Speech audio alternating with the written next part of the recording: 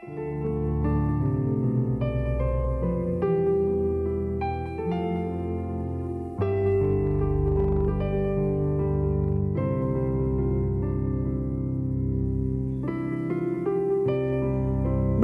Ibu, saudara-saudari, sahabat ama kakak yang terkasih dalam Tuhan kita Yesus Kristus. Selamat berjumpa kembali dalam Renungan Harian Katolik, Jumat 28 April 2023, Pekan Paskah ketiga. Bacaan dan renungan hari ini diambil dari Injil Yohanes bab 6 ayat 52 sampai dengan 59. Marilah kita hening sejenak untuk mendengarkan dan merenungkan firman Tuhan. Semoga Tuhan beserta kita sekarang dan selama-lamanya. Inilah Injil Tuhan kita Yesus Kristus menurut Yohanes. Dimuliakanlah nama Tuhan. Di rumah ibadat di Kapernaum, orang-orang Yahudi bertengkar di antara mereka sendiri dan berkata, bagaimana Yesus ini dapat memberikan dagingnya kepada kita untuk dimakan? Maka kata Yesus kepada mereka, Aku berkata kepadamu, sesungguhnya, jikalau kamu tidak makan daging Anak Manusia dan minum darahnya, kamu tidak mempunyai hidup di dalam dirimu. Barang siapa makan dagingku dan minum darahku, ia mempunyai hidup yang kekal, dan aku akan membangkitkan dia pada akhir zaman. Sebab dagingku adalah benar-benar makanan, dan darahku adalah benar-benar minuman. Barang siapa makan dagingku dan minum darahku, ia tinggal di dalam aku, dan aku di dalam dia. Sama seperti Bapa yang hidup mengutus aku, dan aku hidup oleh Bapa. Demikian juga, barang siapa yang memakan aku, akan hidup oleh aku. Inilah roti yang telah turun dari surga, bukan roti seperti yang dimakan nenek moyangmu, dan mereka telah mati. Barang siapa makan roti ini, ia akan hidup selama-lamanya. Semuanya ini dikatakan Yesus di Kapernaum ketika ia mengajar di rumah ibadat. Demikianlah sabda Tuhan.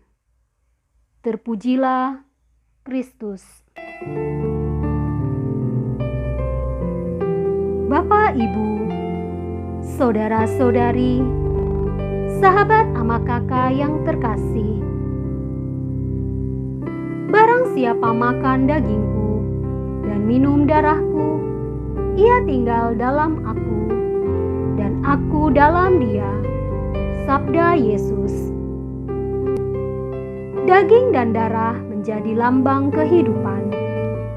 Karena itu, makan dan minum daging Yesus berarti membiarkan kehidupan Yesus masuk ke dalam diri kita dan mengalir serta meresap dalam setiap segi kehidupan kita.